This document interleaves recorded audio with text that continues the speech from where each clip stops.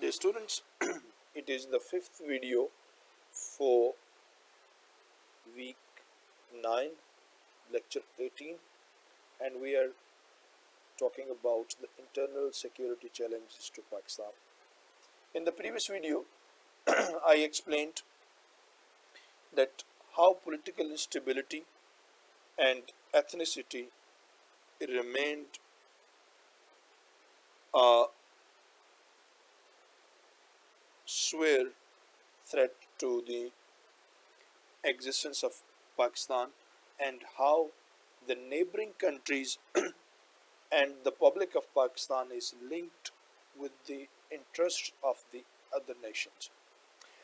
Dear students, you must remember one thing, that the belief and relationship of the public all over the world is the similar, and public in general have not any extreme kind of relations except in the few regions of the world. But the policies of the government are beyond the perception of the people. Governments have their own policies and relations. Thereby, do not worry about that if we Pakistanis, in the term of relations, talk about uh, Arab world and the Iranians and Americans and others, don't need to be very emotional. Be realistic. Be Pakistani, because since and as long as Pakistan is with you and you are living in it, you can claim to be saved. And everything is with the existence of Pakistan. If Pakistan, unfortunate, I mean, for if Pakistan faces any crisis, definitely the public will be in the crisis, and these nations will not rescue you. They have their own pursuits and interests. Well, we I explained that political instability and ethnicity is the dangerous, and similar thing is extremism. As extremism in Pakistan basically is very long story, that people of Pakistan and subcontinent especially love their feelings, love Islam, and they want that Islam must be their ruling code of conduct. And this was the will that people of subcontinent, just contrary to Hindus, didn't subdue before the British.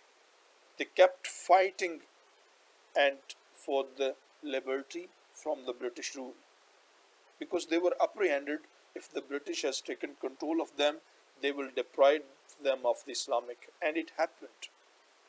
It was the Muslim love for the Islamic system of government that in Tehreek-e-Khilafat Muslims fought for the cause of Khilafah, and they faced huge loss. They faced many losses in terms of property and lives. Well, the two nation theory was also at the same concept, that Muslims are one distinct nation.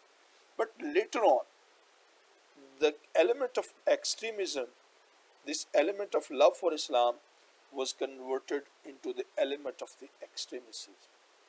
Ethnicity was promoted by the so called scholars and the foreign players, and then the first breach was made between Shia and Sunnis.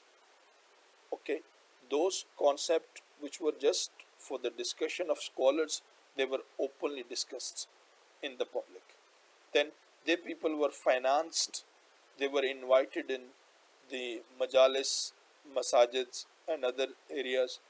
Okay, and they got maximum. They were promoted at all, and especially in Musharraf's in war of in American presence in these from 9/11 onward till now.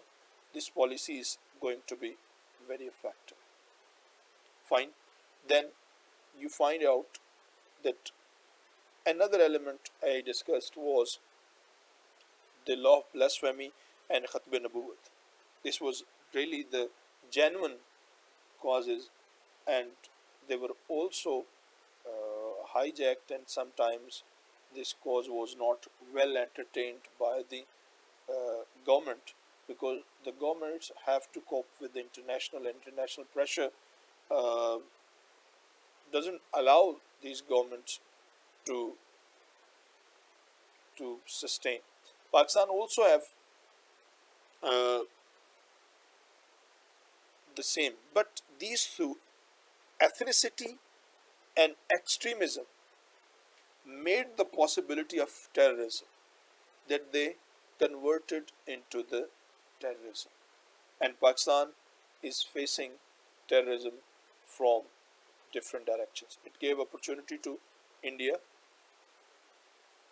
clear, Israel, and many other countries, even our neighbors, to interrupt in Pakistan. Every group had its say in Pakistan.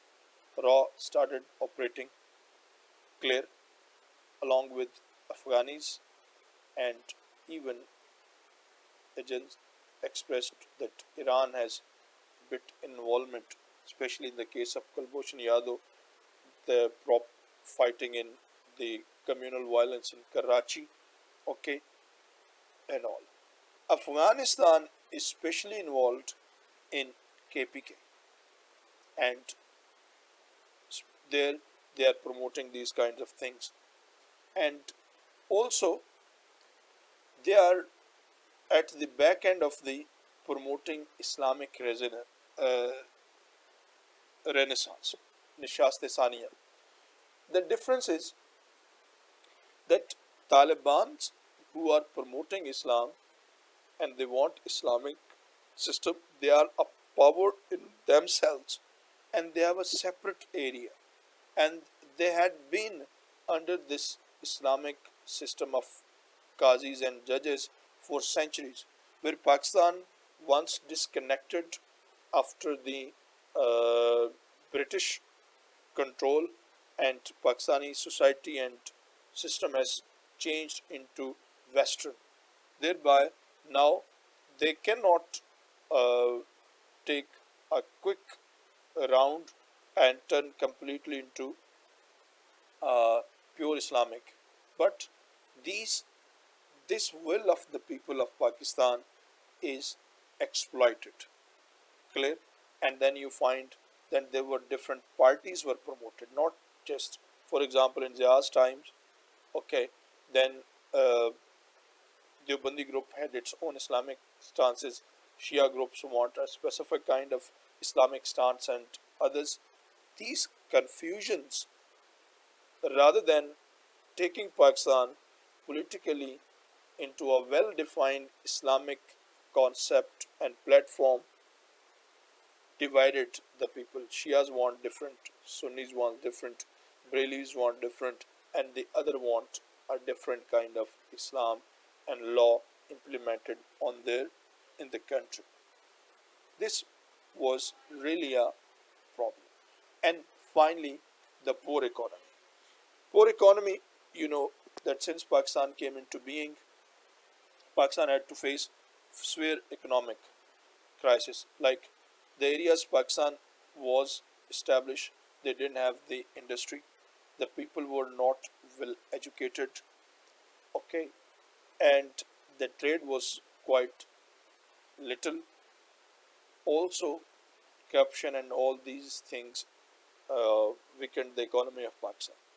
The well and good news came to Pakistan in time of Ayub Khan, yet at the time only most most benefit was taken to the uh, given to the selected families.